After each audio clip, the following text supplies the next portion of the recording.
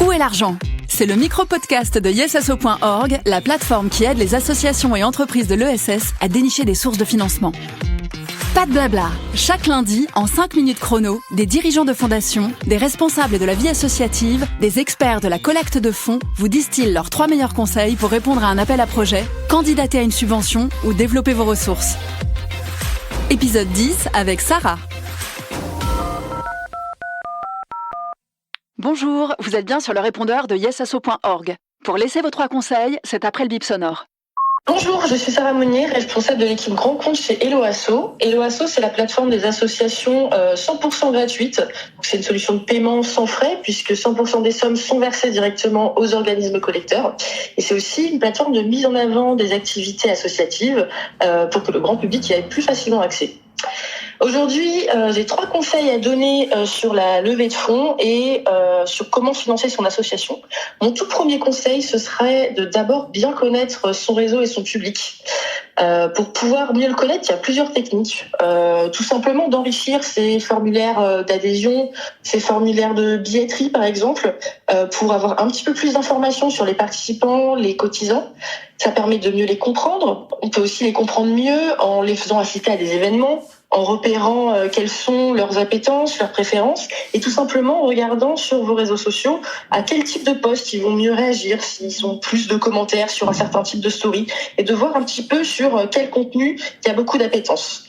Tout ça, ça permet de mieux prendre la parole envers eux ensuite, et du coup de leur adresser le bon message au bon moment. Le second conseil, ce serait de pas hésiter à tester des choses, à innover. Et quand je parle d'innovation, c'est pas des choses fantastiquement innovatrices. C'est juste de faire des choses qui sont nouvelles pour votre organisme, votre association, mais toujours mesurées. Donc, par exemple, ça peut être la mise en place d'un nouvel événement que vous n'aviez jamais testé, de la vente de fin d'année. Nous, ce qu'on a beaucoup vu sur la plateforme ces derniers temps, c'était par exemple simplement la mise en place des tombolas en ligne.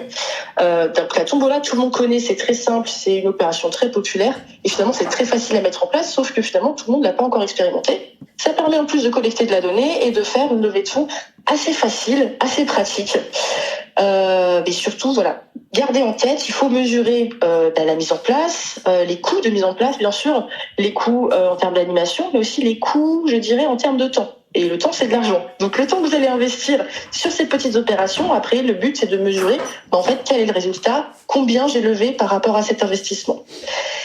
Et mon tout dernier conseil, ce sera en fait de faire un joyeux mélange entre le conseil 1 et le conseil 2 et de se dire qu'on a besoin de mieux parler à son réseau, à son public, et qu'en même temps on a besoin de tester des nouvelles choses. Et pour moi, ce qui permet de faire de la façon la plus optimale et la plus simple en matière de gagner du temps et même de facilité, c'est d'utiliser des outils de type CRM. Ça va vous permettre de segmenter votre réseau et de ensuite pouvoir orienter l'action A vers le public qui vous paraît mieux réagir à ce type de projet, d'orienter l'action 2 vers le type de public qui correspond mieux, etc. Et puis de pouvoir plus facilement aller tester des choses à petite, moyenne échelle, et puis derrière, vous lancer sur des plus grosses opérations sur lesquelles vous êtes sûr d'avoir un retour sur investissement plus intéressant.